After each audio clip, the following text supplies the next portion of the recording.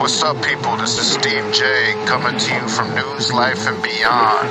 Catch us for real life discussions with real people. News, life, and beyond. Real life, real people, real discussions. Different people saying something. Everybody got a story to tell. So tell Steve J and Adam A, you tell. 60 seconds, they said drop them an intro. Okay, maybe a little more than they asked for, but okay. Streets is talking through the whole show, it's okay. Talk your talk and let it all flow. Topics of discussion all depending on the mood of the person in the interview. As long as you keep it true, don't be lying for some views, cause we might just know you in real life and beyond. Lights, camera, it's on. News, life, and beyond. Real life, real people, real discussions. Different people saying something. Everybody got a story to tell. So tell Steve J and Adam A, you tell. News, life, and beyond. Real life, real people, real discussions. Different people saying something. Everybody got a story to tell. So tell Steve J and Adam A, you tell. Don't be lying for some views. Don't be lying for some views. Don't be lying for some views. Don't be lying for some views. Welcome to News, Life, and Beyond. This is Adam A, and I'm here with my boy Stevie J. We bringing you the news now, here, and forever.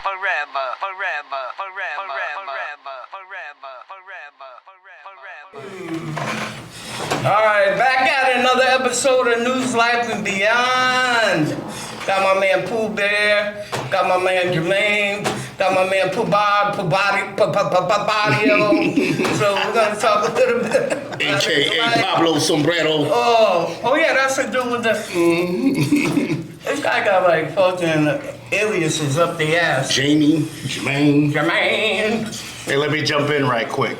You know, this man is one of the most talented men I know. Oh, absolutely. He is a mega producer for our area.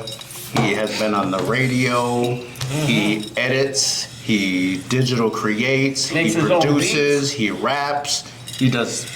You name it, he does it. This man does everything. Do you I gotta give masturbate? him mad props, mad flowers. You know, these are your flowers right here. Before he dies. At least you get. Yeah, before At least you get them before you die. I'm gonna be 49 in a few This guy, he does everything for real though, and he uses a lot of comedy in his shit, which I love the most. Uh-oh. So let's get this shit on the road. All right, so let's talk a little bit about your life, the beginning of it, the early ages of Puhbare Puhbarrio. All right. Well, I was born and raised in Greenville, Norwich, Greenville. From the day I was born, probably till I was in my mid-20s. Back when Greenville was, when the park used to be packed with nothing but bikes. We were bike riders. And I'll steal your bike back then, too. Yeah, he was. That was my thing. So I was a bike thief. What age is this? From birth till 25. Yeah. Yeah. I lived on 402 Central. My grandparents owned a 3-family house. And when they retired, my parents took over. Throughout the years, different cousins moved in. We had the Pyruses in there and the Browns. Everybody. You know what I'm saying? I grew up with a big family, so most of my cousins were like my brothers and my sisters, you know what I'm saying? You know, like Pam, Yolanda, all them, you know, they were like my sisters, even though they were my cousins, you know what I mean? What were you, junior high when I met you or something like that? Elementary? Probably at late elementary. Like 6th grade or something like that? Yeah, junior high. You lived on Regular Cliff years ago. Yep. Cliff. Yeah. So let's back this up. Your parents, they moved to Norwich when? My father moved here in 1968, and literally him, my uncle Kiko, and my uncle Louis Pabon that owns the dance studio in Taffel, they were the first 3 Puerto Ricans in Norwich ever. So they would have been proud yesterday to see that flag get put up, and they put the PR flag up on the town hall yesterday. Oh, really? Norwich, yep. Wow. It's permanently put up. My father would have been proud of that shit. Never seen that ever before. Mm-hmm. Yeah. So Especially not in this area. no. I was actually watching YouTube today, and they had the live taping of New York Puerto Rican Day Parade, and I was thinking to myself, like, we don't know, Willimantic does it, Hartford does it. They did theirs yesterday. This area, I've never seen a Puerto Rican Day Parade, whether it be North, New London, Groton area. They did. They had a whole festival downtown yesterday. Yeah? It was the whole marina was packed. Really? See, I didn't hear nothing about that at all. Because they kind of they didn't advertise it right. Not them, whoever threw it, but people that were putting the flyers up were only putting up.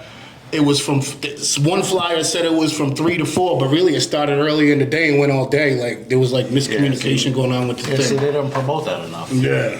Yeah, because I've never heard of that in this area, ever. You know what I mean? Anytime I've ever known, you got to go to Hartford, or you got to right. Park New Street. York, or maybe Bridgeport, maybe might have one, or I don't think Norwood like that does anything. And just imagine, anymore. how many Puerto Ricans are in this area. There is. They were out yesterday. You know what I mean? It was out yesterday. Shit. Wow. Yeah. Population definitely grew. My mother, she's black. Native of Norwich. So your mother is black and your father is Puerto Rican. Yeah. Your mother's fully black? Yeah. Where does she come from? She's born and raised from Norwich. In Norwich? Yeah. And your father? And she has a twin, and she was a twin. My uncle Gary, he passed away, rest in peace. But my mother was maiden name Broyles.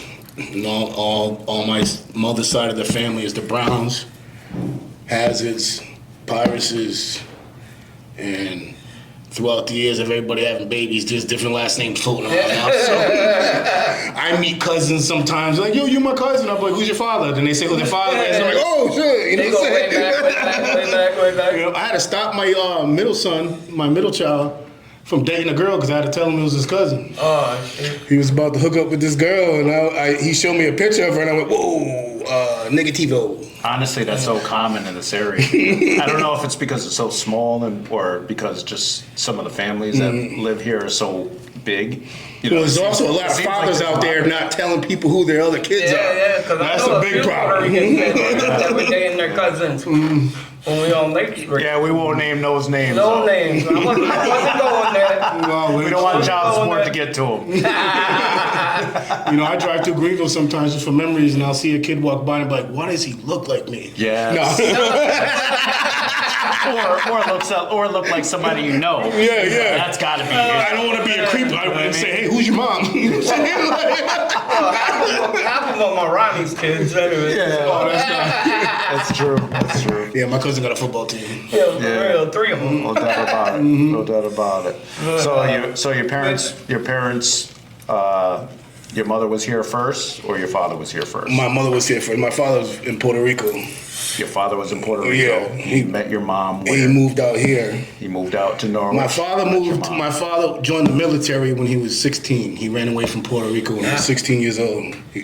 He was a runaway. What branch? And I don't remember, but when I was a kid, he was in Niantic, and then he was National Guard when I was a kid. He was full-time Army before I was born. Yeah. So I'm not sure all that. But when he moved here, a family member of his found him through Social Security because he ran away. Found out he was out here, and coincidentally, when he was out here, his cousin Louis was out here.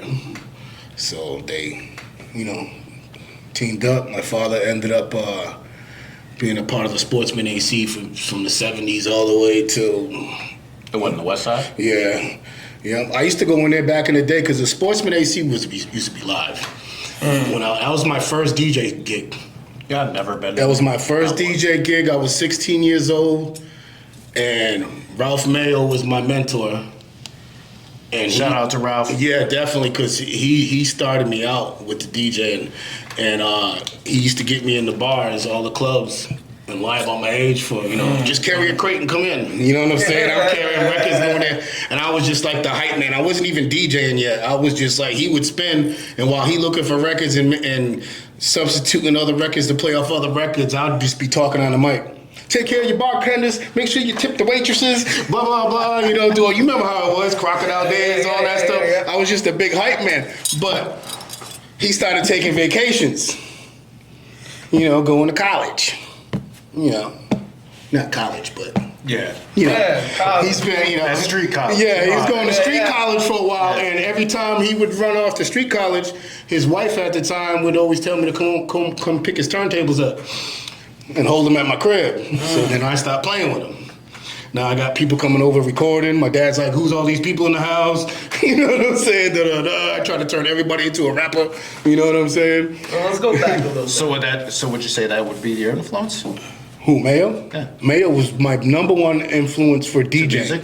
But music in general was my family, because all the Browns, they all played instruments. All my older uncles, like Earl and Eddie and all them, like my older uncles, my grandmother's age uncles, they were all band players, jazz. The Jarmans, used to play with my mother's twin, my Uncle Gary. My Uncle Gary was a drummer.